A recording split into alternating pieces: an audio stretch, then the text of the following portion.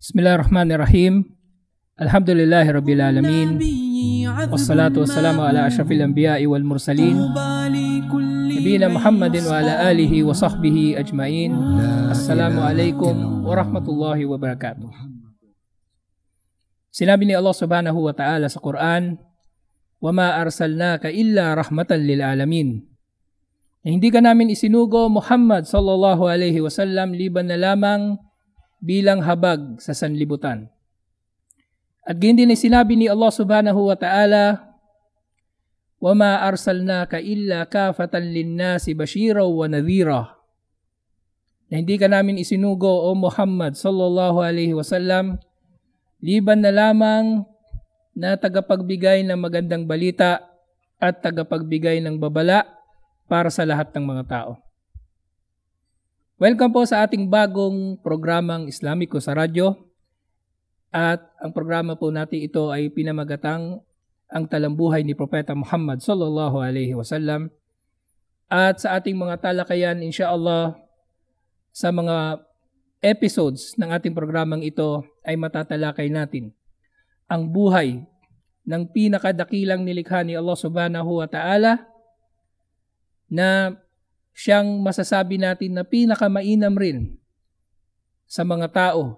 Maging ito man ay titingnan natin sa pananaw na may kinalaman sa relihiyon sa Islam o pananaw na sekular katulad ng mga pananaw ukol sa kung sino ba ang pinakamaimpluwensya sa kanyang pagiging pinunong politikal o sa kanyang pagiging pinunong militar.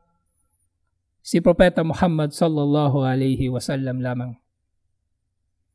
Subalit bago ang mga pagtalakay natin, insyaAllah, nais muna nating ipakilala ang nasa likod ng ating programang ito.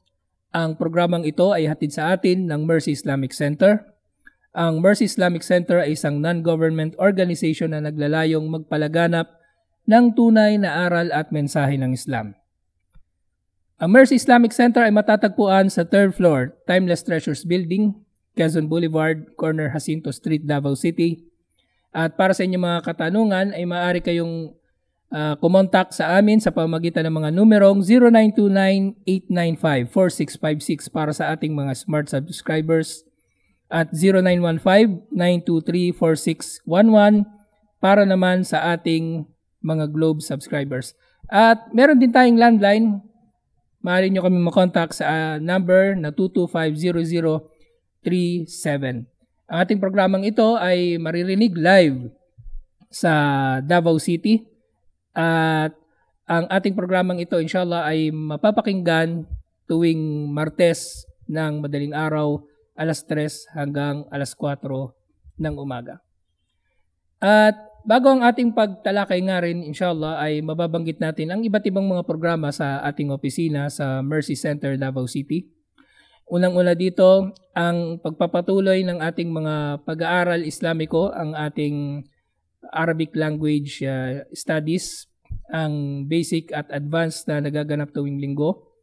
Na sa kasamaang palad ay hindi na po kami tatanggap ng mga bagong enrollees dahil puno na ang ating registration. Subalit, sa mga susunod na mga semesters, inshallah, o susunod na mga school years, ay magkakaroon muli tayo ng mga pagtanggap.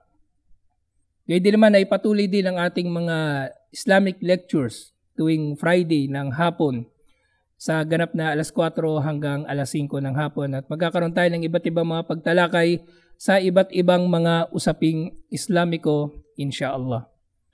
At para sa mga karagdagang impormasyon ukol sa amin ay maaari ninyo kaming makontak din sa aming email mercycenterdavao@gmail.com at maaari ninyo kaming mahanap sa facebook.com/Mercy Islamic Center Davao City. At maaari rin kayo magparating doon ng inyong mga katanungan, mga request. At ang ating opisina, mashallah, ay namimigay o namamahagi ng mga libreng babasahing Islamiko para sa mga individual o para sa mga Islamic centers na nais na mamahagi ng mga aklat Islamiko. Ang dapat lang ninyong gawin ay makipag-ugnayan sa amin sa Mercy Islamic Center na bagaman kami ay narito sa Davao City, kami po ay nakahanda na maglingkod sa mga kapatid natin sa buong Pilipinas o sa buong mundo sa abot ng aming mga kakayanan, inshaallah. At sa pagpapatuloy nga ng ating discussions ayon sa ating napiling topic para sa tuwing araw ng Martes. At ito nga ay ang pagtalakay sa talambuhay ni Propeta Muhammad sallallahu alaihi wasallam. Masasabi natin na lubhang napakahalaga na matalakay natin ang talambuhay ni Propeta Muhammad sallallahu alaihi wasallam, at ang halaga nito ay isang halaga na hindi natin matatawaran. Na maaring merong mga kaalamang Islamiko na maaari nating ipagpaliban ang pag-aaral nito hanggang sa panahon na tayo ay maging eksperto muna o maging maalam muna sa ilang mga kaalamang Islamiko. At masasabi natin sa mga basic na dapat na mapag-aralan ng isang Muslim o ng sino mang tao na tinuturing niya ang kanyang sarili bilang Muslim ay hindi lamang ang pag-aralan niya ang kanyang akida o hindi lamang pag-aralan niya kung paano mga gawaing pagsamba, bagkus ay marapat din na makilala niya si Propeta Muhammad sallallahu alaihi wasallam. Ang sugo nasa pamamagitan ng pananampalataya natin sa kanya ay nagiging kumpleto ang ating pananampalataya sa Shahadatain na siyang sinasambit natin sa pagpasok natin sa pananampalatayang Islam. At anong Shahadatain? Ito ay ang pagsasabi ng ashhadu an la ilaha illallah wa ashhadu anna Muhammadar Rasulullah, na ako ay sumasaksi na walang Diyos na dapat sambahin maliban kay Allah subhanahu wa ta'ala, at ako ay sumasaksi na si Muhammad sallallahu alaihi wasallam ay kanyang sugo at alipin. At nakikinig sa atin ngayon, mashallah, katulad ng nabanggit natin, ang marami sa mga kapatid natin sa Davao City na bagaman napakaaga pa, 3:00 pa lang ng madaling araw. Subalit merong mga kapatid natin na mashallah naghahanda na para sa kanilang araw na ito upang sambahin si Allah subhanahu wa ta'ala, dahil maya-maya lang ay mag-aadan na ng Fajr at sasambahin na naman natin muli si Allah subhanahu wa ta'ala.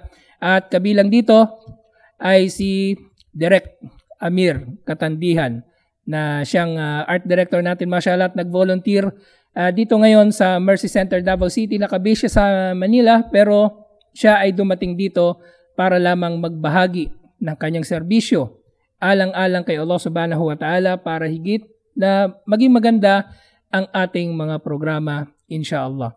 At binabati rin natin ang iba pa nating mga kapatid dyan sa Mercy Center.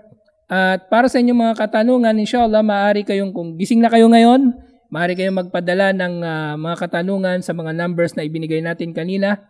At maaari naman ninyong ibigay ang inyong mga katanungan in advance sa ating Facebook, sa ating email, at sa iba pang mga numbers na naibigay natin kanina. Dahil sa ating pagtalakay, inshallah, sa talambuhay ni Propeta Muhammad sallallahu alaihi wasallam, ang magiging paraan ng discussion natin dito ay magiging isang talakayan. Na hindi lamang tayo magbabasa ng libro, hindi lang kayo makikinig sa akin, bagkus kung meron man kayong mga katanungan, meron kayong mga bagay-bagay na may kinalaman sa talambuhay ni Propeta Muhammad sallallahu alaihi wasallam na nais ninyong linawin, lalong-lalo na sa panahon natin, subhanallah, na laganap ang tinatawag na Islamophobia at laganap ang maraming pag-atake sa katauhan ng Islam, na inaatake nila ang mga Muslim at ang Islam at si Propeta Muhammad sallallahu alaihi wasallam at maging si Allah subhanahu wa ta'ala, maaari ninyong maiparating sa akin, inshallah, ang inyong mga katanungan, at magsasagot tayo, inshallah, ng mga pananaliksik ng mga pinakamainam na kasagutan sa inyong mga tanong, inshallah. At sa pagpapatuloy nga, tunay na tayo dito sa mundo, tayo mga tao, ay hindi nilagay ni Allah subhanahu wa ta'ala nang walang kadahilanan. Na hindi tayo nilagay si Allah subhanahu wa ta'ala lang dito para lang gawin ang gusto natin o yung walang direksyon ang ating mga buhay. Bagkus kung tatanungin mo ang marami sa mga tao, tatanungin mo sila, ano bang hinahangad mo dito sa mundo? Bakit mo ginagawa ang mga bagay na ginagawa mo? Ang marami sa kanila ay magsasabi na sila ay naghahanap ng kaligayahan. At ang kaligayahan, inahanap ng mga tao sa iba't ibang mga pamamaraan. Merong ibang mga tao na nakikita nila ang kanilang kaligayahan sa pamamagitan ng pagsusumikap sa kanilang mga karir sa buhay. Sa pagiging magaling na mekaniko, pagiging magaling na electrician, o pagiging magaling na manager sa isang opisina, at iba't iba pa. Subalit, sa kabila ng lahat ng ito, nangyayari na may mga tao na hindi pa rin masaya sa kanilang mga buhay. Nangyayari na mayroong mga tao na nasa kanila na ang lahat. Subalit, gabi-gabi pag-uwi nila, kailangan pa nilang uminom ng pampatulog para lamang makatulog. At ang iba naman ay nagwawakas ang kanilang mga buhay sa malagim na paraan sa pamamagitan ng pagpapakamatay sa kabila ng pagkakaroon nila ng lahat na halos ng bagay. Meron silang kasikatan, meron silang kayamanan, lahat na ng mga luho sa mundo ay natitikman nila. Subalit, bandang huli ay marami ang kumikitil sa kanilang mga buhay dahil hindi nila nakita ang kaligayahan na hinahanap nila dito sa mundo. Na hayaan ninyo na ipakilala ko sa inyo ano ang kaligayahan ng mga Muslim. Na sa marami, sa bilyon-bilyon mga Muslim sa mundo, na kung makikita ninyo, subhanallah, ang marami sa mga Muslim ay may hirap. Subalit, nagagawa nila na ipagpatuloy ang kanilang mga buhay araw-araw ng normal, nang wala kayong halos na babalitaan ng mga nagpapakamatay o wala kayong halos na babalitaan ng mga tulad ng mga usapin na ito ng kaso ng depresyon o yung mga kaso ng pagiging mahina ng loob o pagkasira ng loob dahil sa iba't ibang mga pagsubok. Ito ay dahil sa nakikilala ng mga Muslim. Ang dahilan kung bakit tayo naririto sa mundo at sa pamamagitan nito ay makikilala natin ang kaligayahan. At tunay na sinabi ni Allah subhanahu wa ta'ala, وَمَا خَلَقْتُ الْجِنَّ وَالْإِنسَ إِلَّا لِيَعْبُدُونَ. Na sinabi niya, hindi ko nilikha ang mga tao at ang mga engkanto liban na lamang upang sila ay sumamba sa akin. Sinasabi ni Allah subhanahu wa ta'ala, hindi tayo nilikha niya, liban na lamang na tayo ay sasamba sa Kanya. Na kung ang tao ay mamumuhay sa mundo, liban pa na siya ay sasamba kay Allah subhanahu wa ta'ala, na kung siya ay mamumuhay sa mundo, na ang kanyang hanapin ay ang garbo ng buhay, o ang kanyang hanapin ay ang mga panandaliang aliw, o ang kanyang hanapin ay ang mga material na bagay, tunay na hindi niya ito matatagpuan. Dahil ang dahilan kung bakit tayo ay naririto sa mundo ay upang sambahin si Allah subhanahu wa ta'ala. At sa pamagitan lamang noon ay makikilala ninyo ang kaligayahan. Subalit paano ba natin sasambahin si Allah subhanahu wa ta'ala? Sasambahin ba natin si Allah subhanahu wa ta'ala? Sino ba siya? Siya ang Panginoon na lumikha sa atin, ang nagtutustos ng ating mga pangailangan, ang nagpadala ng mga sugo at mga propeta mula kay Adan, kay Noah, kay Abraham, kay Moses, kay Jesus, hanggang kay Propeta Muhammad sallallahu alaihi wasallam. Si Allah subhanahu wa ta'ala, kung nilikha niya tayo para sumamba sa Kanya, paano ba natin siya sasambahin? Sasambahin natin si Allah subhanahu wa ta'ala sa pamamagitan ng pagsamba sa paraan na gusto niya. Na sumunod na aya na mabanggit natin inshallah sa ating mga pagtalakay, sinabi ni Allah subhanahu wa ta'ala, وَلَقَدْ بَعَثْنَا فِي كُلِّ أُمَّةٍ رَسُولًا أَنِ اعْبُدُوا اللَّهَ وَاجْتَنِبُوا الطَّاغُوتَ. Na sinabi ni Allah subhanahu wa ta'ala, kami ay nagpadala ng sugo sa iba't ibang mga nasyon upang ituro ng mga sugo na ito na sambahin si Allah subhanahu wa ta'ala, at ang mga tao ay lumayo sa mga Diyos-Diyosan o sa pagsamba sa mga Diyos-Diyosan. Na sa pamamagitan nito, liban pa na makilala natin na tayo ay narito sa mundo upang makilala o upang sumamba kay Allah subhanahu wa ta'ala sa pamamagitan ng pagkakakilala natin sa Kanya, marapat din na tayo ay sasamba sa Kanya sa kaparaanan na gusto Niya. Hindi kaparaanan na inimbento lang ng tao. Hindi sa pamamagitan ng relihiyon na inimbento lang ng mga pari, ng mga pastor. Si Allah subhanahu wa ta'ala, ang dakilang tagapaglikha, ay ating sasambahin sa pamamagitan ng pagsamba natin sa paraang gusto niya. At paano natin nalalaman ang kanyang kagustuhan? Nalalaman natin ang kagustuhan ni Allah subhanahu wa ta'ala sa pamamagitan ng mga katuruan na ipinadala sa mga propeta, na itinuturo naman ng mga propeta at mga sugo sa ating mga tao. At si Propeta Muhammad sallallahu alaihi wasallam ay tunay na kabilang sa kanila. At liban pa kay Propeta Muhammad sallallahu alaihi wasallam, ang iba pang mga sugo na ating nakikilala at hindi natin nakikilala, lahat sila ay merong iisang mensahe lamang, nang sambahin natin si Allah subhanahu wa ta'ala nang walang katambal. Mga minamahal naming tagapakinig, nabanggit natin ang tungkol sa pagiging propeta. At minabuti namin na sa pamagitan ng usapin na ito ay bubuksan natin ang pagtalakay sa talambuhay ni Propeta Muhammad sallallahu alaihi wasallam. Dahil nais natin na linawin sa inyo, ano ba ang pagiging propeta? O ano ba ang pagkapropeta? Gaano ba kahalaga ang pagkapropeta at gaano ba kahalaga na ang tao ay manampalataya dito?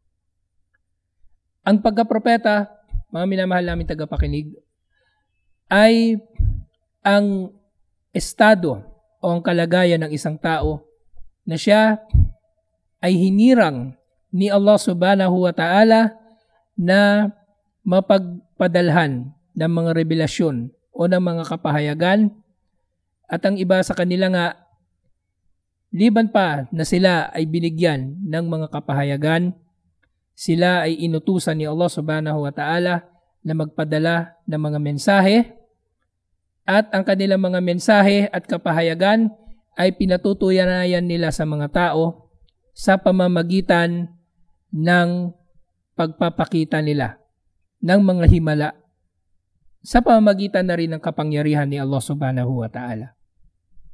Na nabanggit natin, ito ang tatlong batayan o tatlong katangian ng pagiging propeta. Na sino mang propeta, kung titingnan natin o kung huhusgahan natin, na sino mang tao nagpapakilala bilang propeta at wala siya ng tatlong ito, ay hindi siya maituturing na propeta, bagkus siya ay huwad na propeta. At makikita natin na ang marami sa mga propeta o ang lahat ng mga propeta ay nagtataglay ng mga ito, at babalikan natin ng may malalim na pagtalakay ang mga ito inshallah. Unang-una nga, paano ba makikilala ang isang propeta? Ang propeta ay pinadalhan o inutusan ng Panginoon na magpadala ng o pinadalhan niya ng mensahe.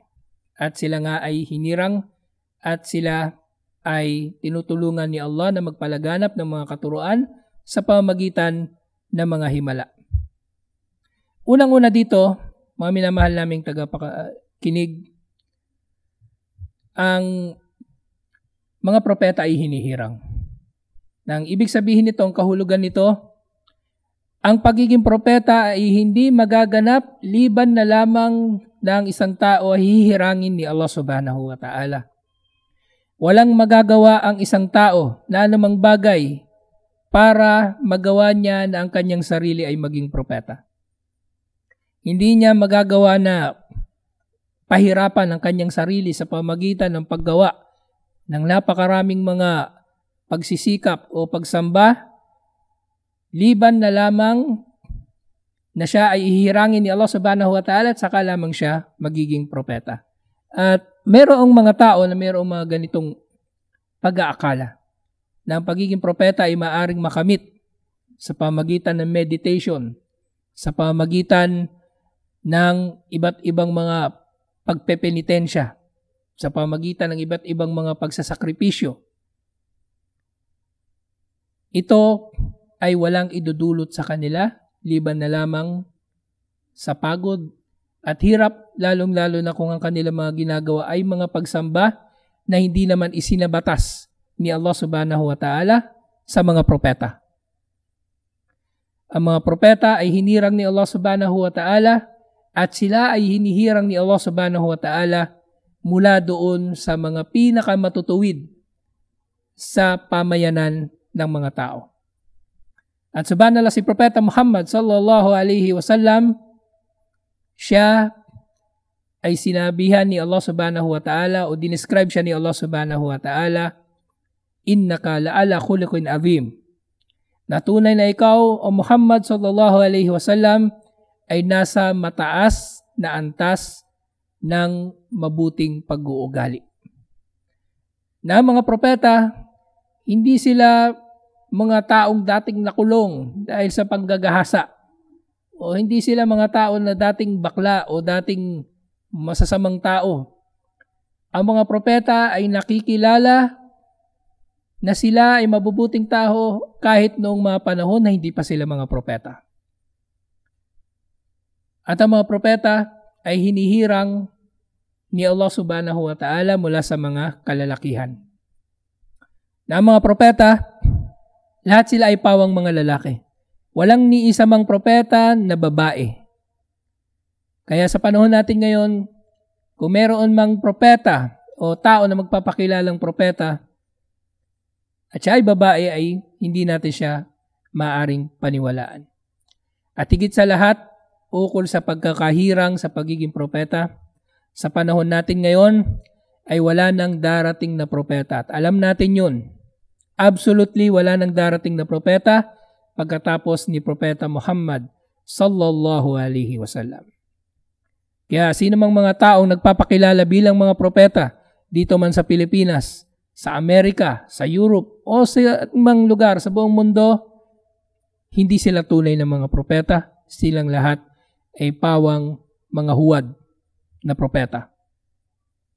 Sinabi ni Allah subhanahu wa ta'ala, ma kana Muhammadun aba ahadim min rijalikum walakin Rasulullahi wa khataman nabiyyin. Na si Propeta Muhammad sallallahu alaihi wasallam ay hindi ama ng sino man sa mga kalalakihan sa inyo.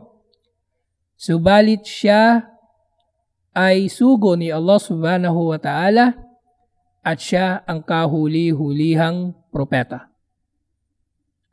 Yan ang usapin ng pagkakahirang sa mga propeta na isa sa mga katangian nga ng mga propeta na sila ay hinirang muna ni Allah subhanahu wa ta'ala at hindi sila ang nagluklok sa kanilang mga sarili upang maging propeta. Pangalawa sa katangian ng mga propeta ay sila ay pinadalhan ng mensahe ni Allah subhanahu wa ta'ala. Kaya sino mang tao na nagpapakilalang propeta sa panahon natin ngayon at ginagamit lamang din niya ang Biblia na wala naman siyang ipinapakita na bagong kapahayagan mula kay Allah subhanahu wa ta'ala, wala naman siya ipinapakitang bagong pagsasabatas, siya ay hindi tunay na propeta. At nalalaman naman natin dahil wala nang darating na propeta matapos kay Propeta Muhammad sallallahu alaihi wasallam, ang lahat ng mga huwad na propeta na lumitaw sa panahon natin ngayon, lahat sila ay umaangkin ng pagkapropeta na wala naman silang mensahe ni Allah na ipinapakita. Si Propeta Muhammad sallallahu alaihi wasallam, nabanggit natin kanina ang pagkakahirang sa kanya. Si Propeta Muhammad sallallahu alaihi wasallam,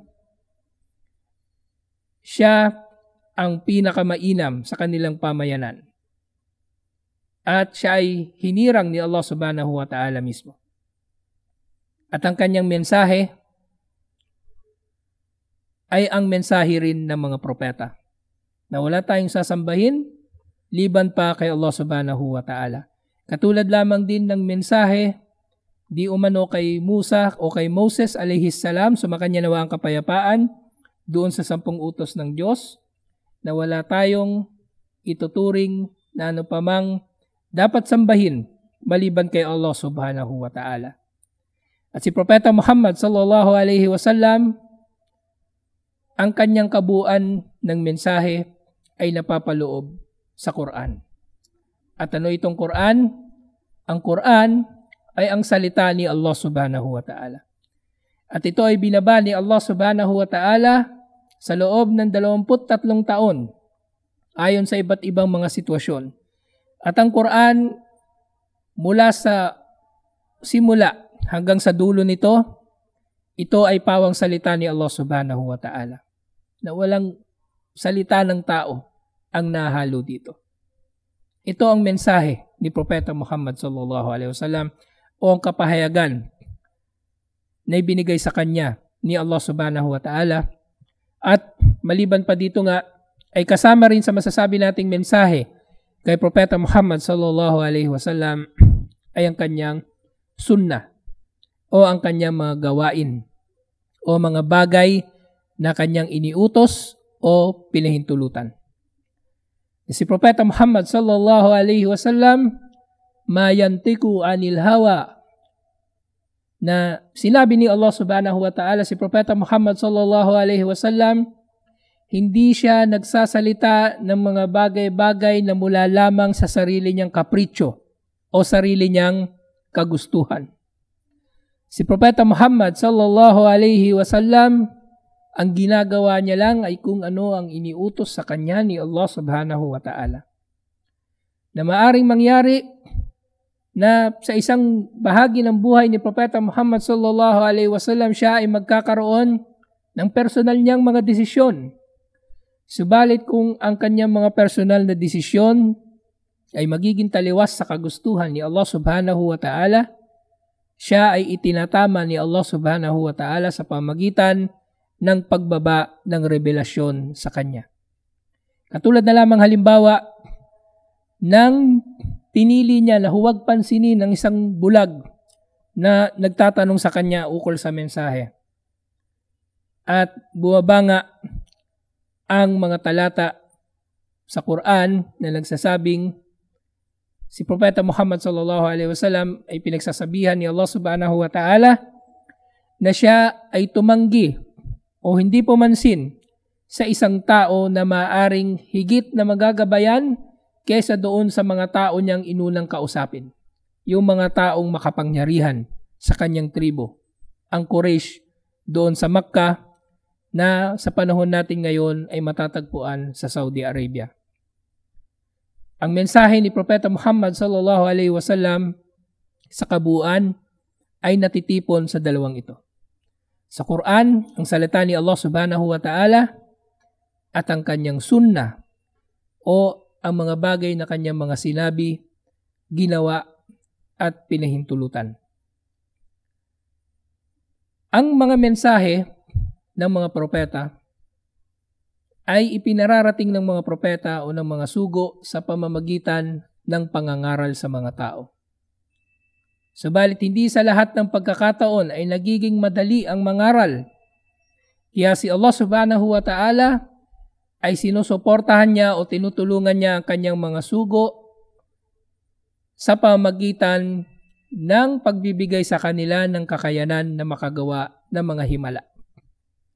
Mga himala na sa kahulugan nito sa wikang Arabic, ang mu'jiza, na sa literal na kahulugan nito, ang mu'jiza ay mga bagay-bagay na walang kakayanan ang mga tao na gawin. Na hindi magaganap ang mga mu'jiza na ito, ang mga himala, liban na lamang na ito ay papahintulutan ni Allah subhanahu wa ta'ala na maganap sa pamagitan ng kanyang kapangyarihan. At sa maraming pagkakataon, ang mga mu'jiza ay kababalaghan sa pananaw ng mga tao. At sa kabilang banda, maraming mga tao ang hindi lubos na nakakaunawa sa konseptong ito ng pagkakaroon ng mga himala ng mga propeta at ng mga sugo. Tingnan na lamang natin halimbawa ang buhay ni Propeta Jesus, ni Isa alayhis salam, na si Propeta Jesus, lehitimong sugo at propeta ni Allah subhanahu wa ta'ala. Siya ay hinirang ni Allah subhanahu wa ta'ala. Siya ay marangal, katulad lamang din ng iba pang mga propeta. Na hindi pa siya nagiging propeta, siya ay nakikilala sa kanyang kabutihan. Gayun din si Jesus ay merong mensahe. At sa Islam ay nakikilala namin ito bilang Injil. na ito ay kapahayagan sa kanya ni Allah subhanahu wa ta'ala, subalit ito ay wala na hindi na natin matatagpuan ang mensaheng ito sa panahon natin ngayon. At si Jesus alayhis salam, siya ay binigyan ni Allah subhanahu wa ta'ala ng mga himala.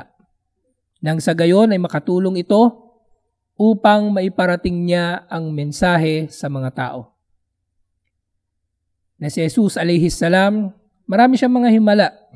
Kabilang dito magpakain ng maraming tao sa pamamagitan ng kaunting pagkain, ang manggamot ng mga may sakit, at ang masasabi nating himala niya na pinakanakikilala na marahil na siya ay nakabuhay ng patay sa kapangyarihan ng Panginoon at siya ay isinilang ng walang ama.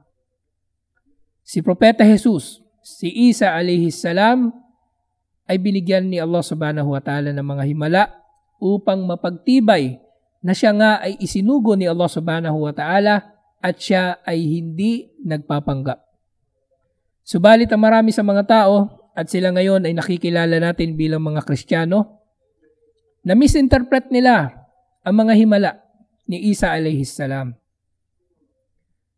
Na kinilala nila ang pagkakabuhay ni Isa alayhis salam sa patay bilang kanyang kapangyarihan, na hindi nila kinilala na binuhay ni Isa alayhis salam si Lazaro dahil sa kapangyarihan ni Allah subhanahu wa ta'ala.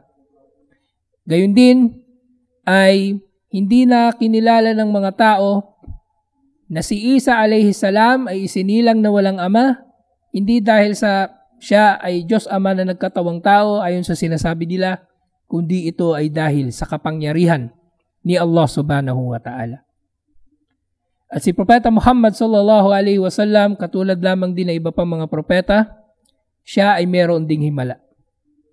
Siya ay nakapagpagaling din ng mga may sakit. Siya ay nakapagpakain din ng maraming tao sa pamagitan ng kaunting pagkain.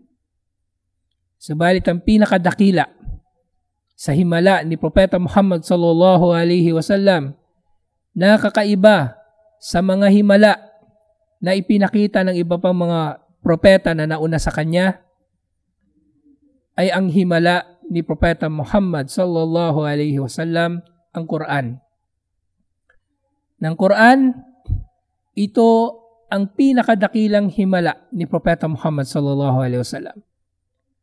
At sa pamagitan ng pagkakaunawa natin sa kung ano ba ang Quran, dito nyo makikilala ang pagiging tama ng mensahe ni Propeta Muhammad sallallahu alaihi wasallam, at sa pamagitan ng mga patunay na ito ay paniniwalaan niyo siya bilang tunay na propeta at sugo ni Allah subhanahu wa ta'ala.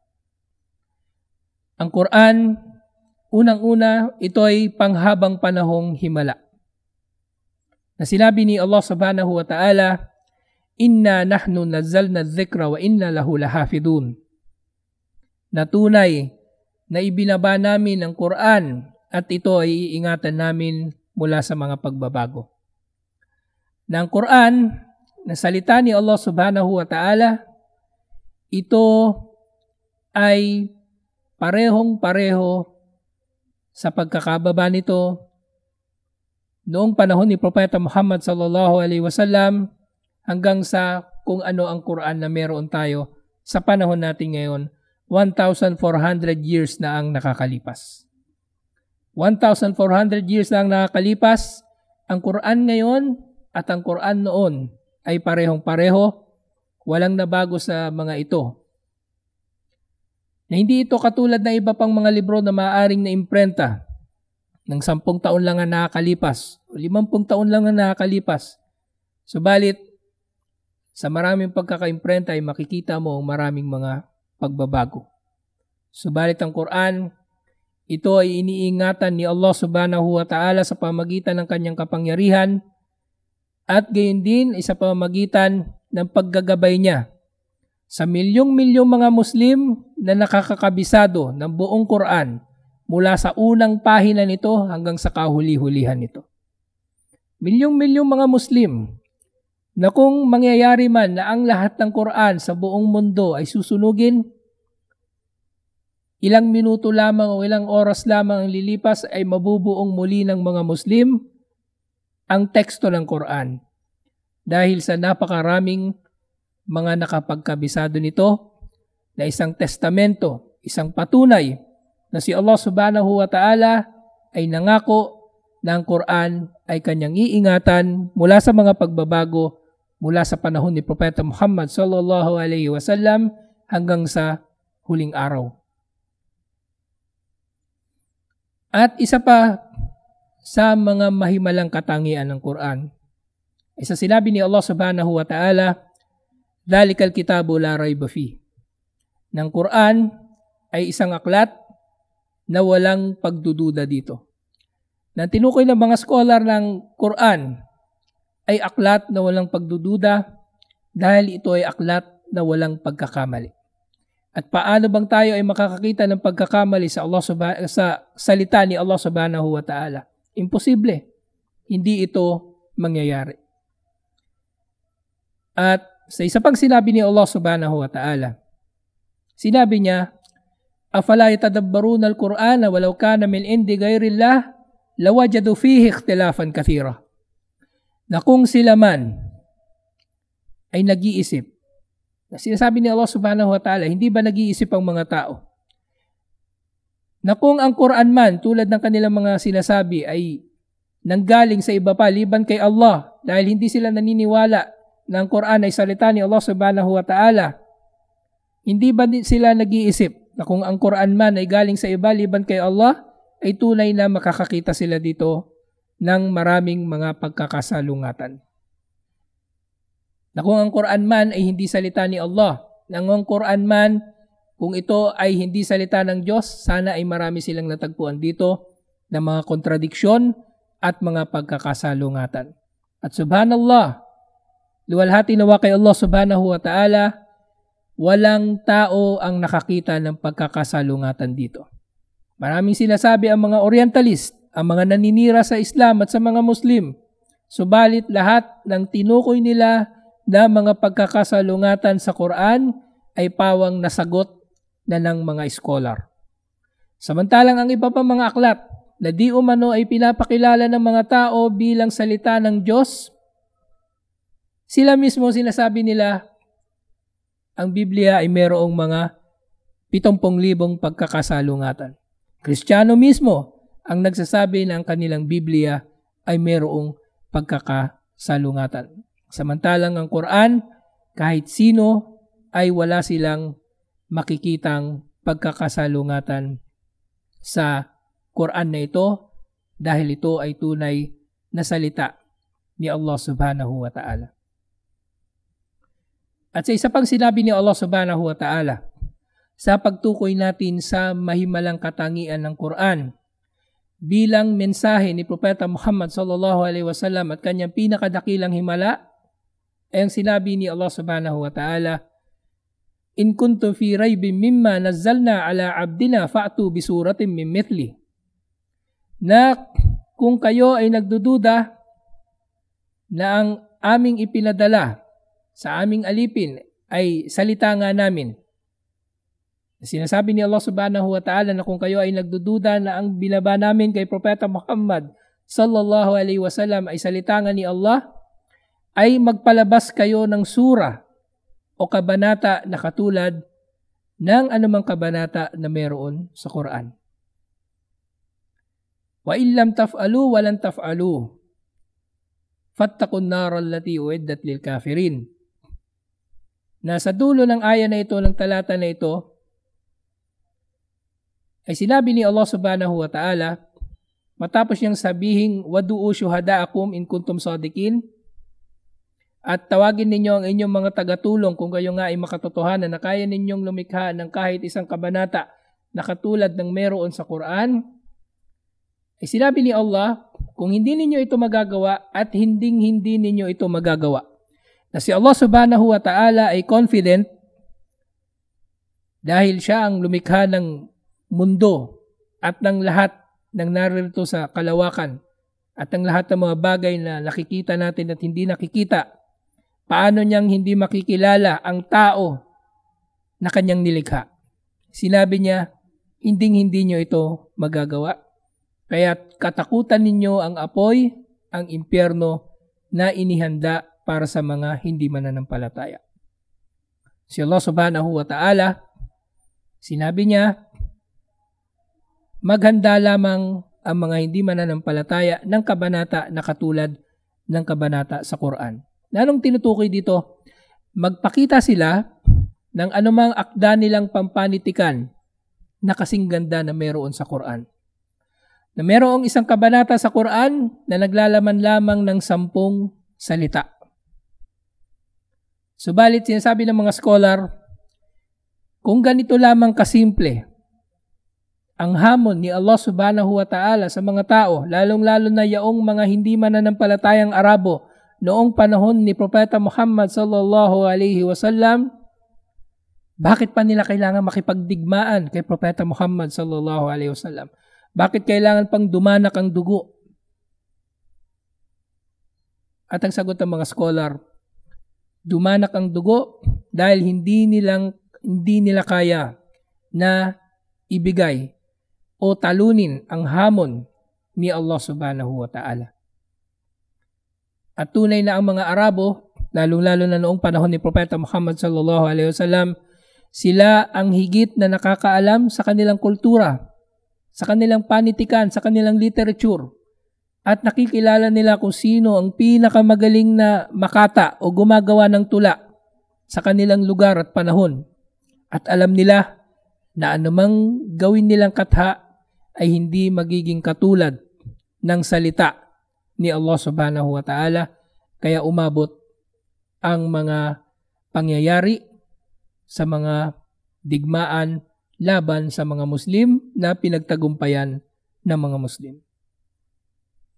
At ang himala na ito ni Propeta Muhammad sallallahu alaihi wasallam, ang Quran bilang panghabang panahong himala, isa pa sa nilalaman nito ay ang mga natupad na mga propesiya na nabanggit dito. Isa sa mga propesiya na nabanggit dito na natupad na napakadali sana para sa mga hindi mananampalataya na katribo ni Propeta Muhammad sallallahu alaihi wasallam na pasinungalingan ay nang sinabi ni Allah subhanahu wa ta'ala, tabbat yada abi lahabi wa tab, na kapahamakan nawa kay Abu Lahab. Na ang tinutukoy dito ay ang uncle ni Propeta Muhammad sallallahu alaihi wasallam na hindi nanampalataya sa kanya at gumawa ng lahat ng paraan upang supilin ang mensahe ni Propeta Muhammad sallallahu alaihi wasallam. Si Abu Lahab na kapatid ng kanyang ama. Na subhanallah, kung nanaisin lamang ng Quraysh, ng tribo ni Propeta Muhammad sallallahu alaihi wasallam na pasinungalingan ang mensahe ni Propeta Muhammad sallallahu alaihi wasallam, ang mensahe ng Quran, simple lang ang gagawin nila. Pagpanggapin nila si Abu Lahab na siya ay kunwaring nag-Muslim. Pagpanggapin nila si Abu Lahab na siya ay nag-Muslim. Na ipapakita nila kunwari si Abu Lahab ay nag-Muslim at tapos na ang usapan ukol sa pagiging totoo ng Quran bilang salita ni Allah o hindi. Subalit subhanallah, ni hindi sumagi sa isip nila na gawin ito at ni walang naiulat na tao na nakagawa o nakapag-isip na ganito ang kanilang gawin upang mapawalang saysay ang argumento na ang Quran ay salita ni Allah subhanahu wa ta'ala. At ang Quran, ito ay himala na nakikita natin, nasasaksihan natin hanggang sa panahon natin ngayon.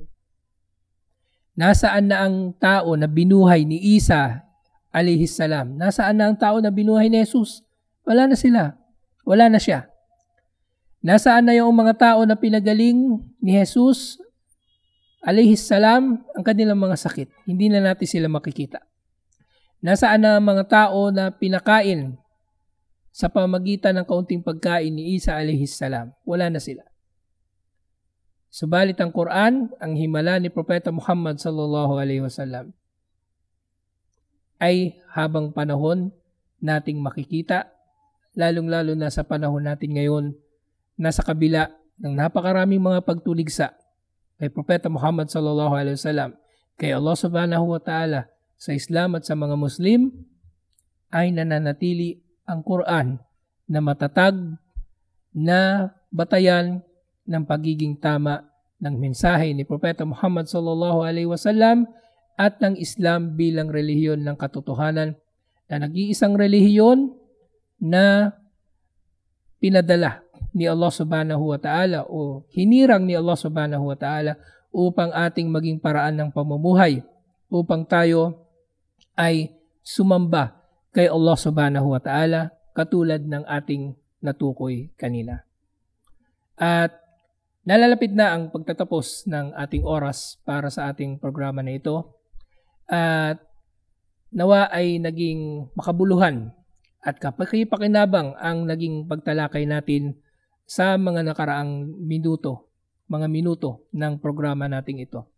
At dinadalangin natin kay Allah subhanahu wa ta'ala ang gabay para sa lahat, at karagdagang mga impormasyon inshallah ukol sa ating mga programa dito sa ating programang panrelihiyon sa radyo, na inshallah ay ma-ere sa ating radio station na ito sa DXKT 1071 kHz. Ay abangan ninyo ang iba pa nating mga programa, tulad halimbawa ng pagtalakay sa mga napapanahong mga usapin na may kinalaman sa Islam at mga Muslim, ang programa nating tinatawag nating Islam 101. At abangan din nyo ang ating mga programa, subaybayan nyo sila, ang ating mga programang pinamagatang Ar-Risala, gayon din ang ating programa na pinamagatang mga kayamanan mula sa Sunnah, at iba pang mga programa na hatid sa inyo ng Mercy Islamic Center sa pamagitan ng radio station na ito. At inshallah sa mga susunod na panahon ay abangan din ninyo inshallah, at ipagdua po ninyo, ipanalangin po ninyo kay Allah subhanahu wa ta'ala na matupad natin na tayo ay magkaroon ng mga Islamic TV programs dito rin sa RPN 9 Davao City. At doon ay mapapanood ninyo inshallah ang iba't iba nating mga programa na pre-produce ng Mercy TV channel, at kasama na rito ang tinatawag natin na Mercy Member Collection o ang koleksyon ng mga khutbah na binigay o na i-deliver ng ating mga ustad o mga mangangaral ng Islam. Gayun din ang iba pa nating mga programa tulad ng Mula sa Kadiliman Tungo sa Liwanag, na isang talk show na tumatalakay o nag-i-interview sa mga kapatid nating ginabayan ni Allah subhanahu wa ta'ala mula sa pagsamba sa mga Diyos-Diyosan tungo sa pagsamba sa nag-iisang Diyos, mga tao na ginabayan ni Allah subhanahu wa ta'ala mula sa pagkaligaw tungo sa katuwiran ng tunay na relihiyon, mga kapatid nating balik Islam, at ito nga ay ang programa nga nating Mula sa Kadiliman Tungo sa Liwanag. At binabati rin natin ang iba pa nating mga tagapakinig at mga tagapanood na rin inshallah sa iba't ibang bahagi ng Pilipinas at ng mundo na rin, dahil ang ating radio program na ito inshallah ay i-upload din sa YouTube sa pamagitan ng ating Mercy TV channel sa YouTube. At binabati natin ang ating mga kapatid, unang-una nga sa buong Davao City, na mashallah, bagaman kami ay dumating dito sa Davao City na kami nga ay mga taga Maynila, at kami ay estranghero sa lugar na ito, kami ay kanilang malugod na tinanggap at binigyan ng napakaraming mga assistance upang maging matagumpay ang ating mga programa dito. Ngayon din binabati natin ang mga kapatid natin dyan sa Masjid Ibn Abbas, at nariyan si Ustad Ahmad Javier, ang kanilang imam, at gayon din ang ating kapatid si Ustad Isa Ogale, at ang iba pa nating mga kapatiran dyan na hindi na natin mababanggit ang kanilang mga pangalan dahil limitado lamang ang oras natin sa ating programa. At Sa huli, inshallah ay abangan pa ninyo ang iba pa nating mga episodes dito nga sa ating programang Talambuhay ni Propeta Muhammad sallallahu alaihi wasallam. At ipapaalala natin na sino man sa inyo, Muslim man o hindi Muslim, ang merong katanungan o mga usapin na nais ninyong linawin ukol sa Islam. Halimbawa niyan ay kung meron tayong kapatid sa Islam na natanong ukol sa isang particular na issue sa buhay ni Propeta Muhammad sallallahu alaihi wasallam, maaari ninyong ibigay ang katanungan sa amin at tayo ay gagawa ng isang pananaliksik upang tayo ay makapagbigay ng pinakatumpak na sagot sa mga usapin na yan. Lalo na sa panahon natin ngayon na merong mga tao, subhanallah, halimbawa niyan ay pinagbibintangan nila si Propeta Muhammad sallallahu alaihi wasallam ng mga iba't ibang mga kasinungalingan. Maaari ninyong matanong yan sa ating programa.